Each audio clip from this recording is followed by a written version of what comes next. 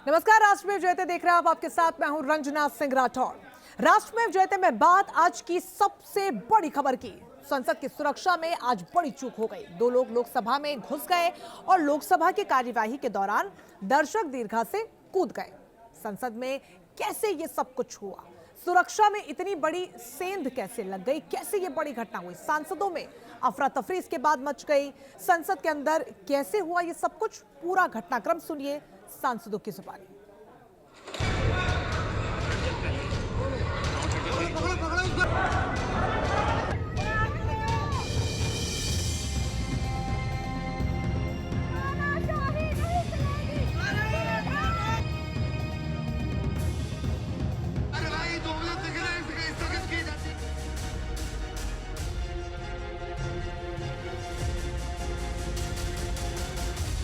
वो कूदा, उसने फिर वो जूता खोलने की कोशिश की। वो उसने जूता उतारना शुरू किया।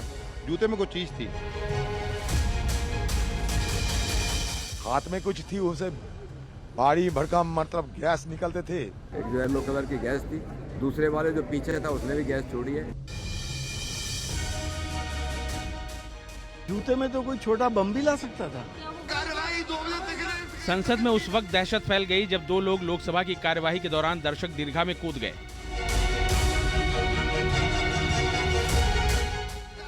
लोकसभा के अंदर से आई ये तस्वीरें डराने वाली हैं, क्योंकि साफ दिख रहा है कि कूदते ही एक शख्स तेजी से सांसदों की टेबल पर चढ़कर स्पीकर की तरफ बढ़ने की कोशिश कर रहा है।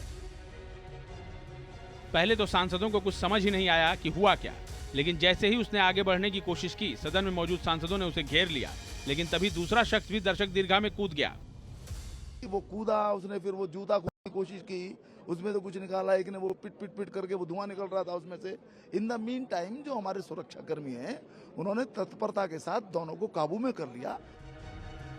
संसद में कूदे दोनों आरोपियों को सांसदों ने पकड़ने की कोशिश की तो उन्होंने अपने जूते से स्मोक स्टिक निकाल ली और उससे पीला धुआं निकलने लगा।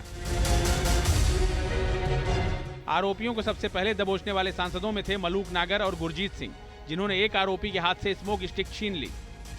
सीटों को कूदते हुए चले गए। 6-7 एमपी ने भाग के हम लोगों ने पकड़ा और पकड़ के जब उसे पीटने को थे तो जूता निकाला उसने और जूते में से कोई चीज निकाली और फिर धुआं उठना शुरू हुआ। वो जो ऊपर से चलने लगा वो तो हाथ में आ गया। मैंने दूर से देखा, फिर हमने जाकर उसको जब पकड़ा तो उस समय उसने हाथ में से कुछ चीज निकाल के तो एक ये धुआं सा बम कुछ चीज थी, उसके बाद धुआं करने शुरू कर दिया। ये पूरी घटना इतनी तेजी के साथ हुई कि संसद में अफरा तफरी मच गई। सांसद दहशत में आ गए। बीजेपी सांसद सत्यपाल सिंह ने बताया कि पीली गैस छोड़ने से जो धुआं फैला, उससे पूरा सदन धुआं हो गया। पकड़ने के बाद जैसे पिछले अगले वाले को पकड़ा, उसने तुरंत एक गैस छोड़ी, येलो गैस थी। और उसके बाद दूसरा भी नीचे कूद गया, उसके पास भी गैस थी, उसने पीछे गैस थी और पूरे हॉल के अंदर जो है गैस धीरे धीरे जो बढ़ रही थी। सांसदों ने बताया कि कूदने वाला एक आरोपी नारेबाजी भी कर रहा था और तेजी से टेबल के ऊपर चढ़कर आगे जाने की कोशिश कर रहा था, जबकि दूसरे आरोपी ने तब तक जूते से स्मोक स्टिक निकालकर पीली गैस छोड़ दी। अध्यक्ष की तरफ भागता हुआ और कह रहा था कि तानाशाही नहीं चलेगी और जो उसका जूता था, उस जूते के नीचे से निकाल करके उसने और तब धुआं निकालना शुरू किया। सदन के अंदर हमारे सारे एमपी जितने साथी हैं वो पकड़ लिए दोनों को, कोई सिक्योरिटी वाले नहीं, सारे एमपी उनको पकड़ लिए। सांसदों के मुताबिक जब दोनों आरोपियों को पकड़ लिया गया तब तक सुरक्षा कर्मी भी पहुंच गए थे और फिर दोनों आरोपियों को पकड़कर बाहर ले जाया गया। लेकिन सदन में जो गैस छोड़ी गई थी उससे नाक में मिर्ची सी लग रही थी। सोच रहा था किधर भागो तो चारों तरफ से सांसद आ गए, जब पकड़ लिया उसको, दूसरे को भी पकड़ लिया, पीछे को भी। उसके बाद में अचानक गैस आना स्टार्ट हुआ, तो उसके जूते में था, कहीं था मालूम नहीं था। येलो कलर का गैस है, थोड़ा सा बर्निंग हो रहा है नाक में। सांसद इस बात से दहशत में है कि जूते में जब आरोपी स्मोक स्टिक को लेकर अंदर तक पहुंच गया तो जूते में वो बम छिपाकर भी ला सकते थे। जितना बड़ा सिक्योरिटी लैप्स हुआ है आज, जूते में तो कोई छोटा बम भी ला सकता था। संसद में हुई इस वारदात से सांसद ही नहीं बल्कि पूरा देश सन्न है, क्योंकि संसद देश की सबसे सुरक्षित जगह मानी जाती है और यहाँ सुरक्षा में चूक होना कई बड़े सवाल खड़े कर रहा है। मधुरेंद्र कुमार के साथ टीम न्यूज नेशन। इस बीच इस वक्त की बड़ी खबर सामने आ रही है। संसद की सुरक्षा में चूक को लेकर बड़ा खुलासा हुआ है। नीलम और अमोल के पास मोबाइल नहीं मिला है। नीलम अमोल ने अपने साथी को अपना मोबाइल फोन दिया था और बैग साजिश में कुल 6 आरोपी शामिल थे और बताया जा रहा है कि अपना एक साथी को वो अपना बैग और मोबाइल फोन देके गए थे। एक आरोपी की अभी तक पहचान नहीं है।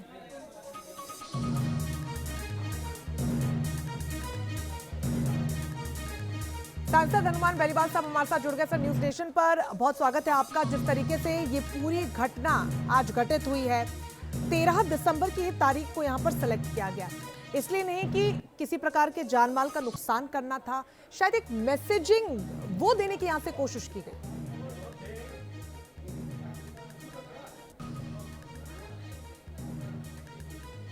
बेनीवाल जी, आवाज मिल रही है आपको?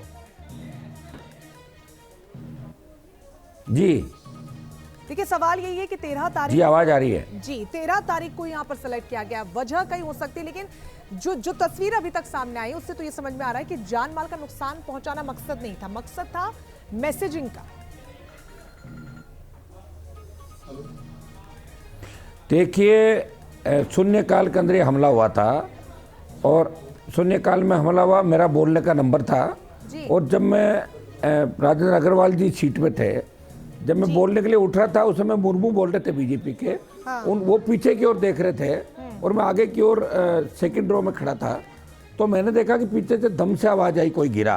तो मैंने पीछे मुड़ के देखा, एक व्यक्ति लटक रहा था दर्शक दीर्घा से नीचे पार्लियामेंट की तरफ, और एक व्यक्ति अंदर आ चुका था और 2 लोग, एक महिला और एक लड़का, उनको मोटिवेट कर रहे थे ऊपर से उनको मदद कर रहे थे नीचे जाने के अंदर, 2 लोग। तो ये लड़का उछल कूद करता हुआ आगे बढ़ा, मैं पीछे हटके इसकी ओर बढ़ा और आधे मिनट बाद इस लड़के को मैंने दबोच लिया, पटक लिया इसको।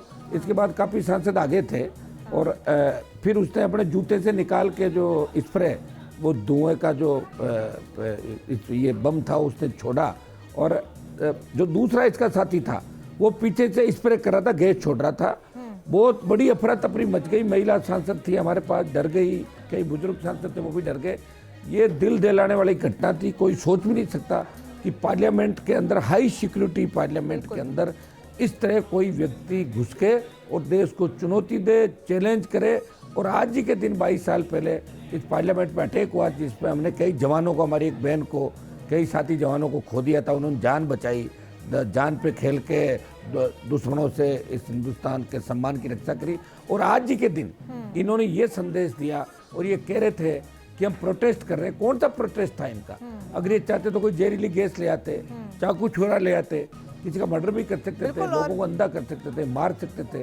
राजनाथ सिंह जी हाउस में थे, रक्षा मंत्री पे अटैक कर सकते थे और मिनिस्टर पे अटैक कर सकते थे। इनका मकसद क्या था? और 2 लोग जो दर्शक दीर्घा में थे वो कहाँ हैं?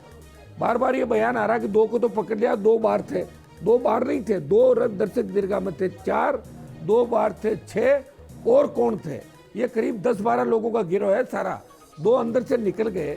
मैं लोकसभा अध्यक्ष से अपील करूंगा कि पूरे वीडियो फुटेज चेक कराए, सीसीटीवी चेक कराए।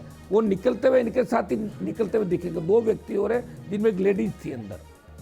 बिल्कुल बेनीवाल साहब, वाकई में सोचने पर मजबूर करने वाली पूरी घटना। पूरा देश इससे स्तब्ध है। 2-4 लोगों के बस का काम नहीं हो सकता कि संसद के अंदर आप घुस जाइएगा और इस तरीके से सबके सामने इस पूरी घटना को अंजाम दीजिएगा। मैं आपसे समझना चाहूंगी, क्योंकि आपने कहा कि आप एकदम करीब वाले घेरे में मौजूद थे, उन लोगों के बॉडी लैंग्वेज बहुत कुछ बताती है। क्या देखा आपने? हाव भाव से लग रहा था अग्रेशन नजर आ रहा था? वो प्रोटेस्ट की बात जो सामने आ रही थी वो लग रहा था, या फिर लग रहा था कि नहीं कोई आपत्तिजनक तत्व है? ये जो आप ये वीडियो में जो आप भीड़ देख रहे हैं ना, वीडियो में भीड़ देख रहे तो बाद में आए थे। पहला व्यक्ति जिसने रोका वो मैं ही था, जिसने उसको रोका। उसके हाव भाव ये थे कि वो धमका रहा था मुझे भी, जैसे कोई आतंकवादी हो। मुझे कहा नजदीक मत आना मेरे। मैंने उसको दबोच के पटक के उसके जूते मारे वहां पे। फिर ये सारे एमपी आ गए थे। अगर मैं नहीं होता तो निश्चित रूप से बहुत आगे चला जाता, आगे की ओर। कुछ भी घटना घटित हो सकती।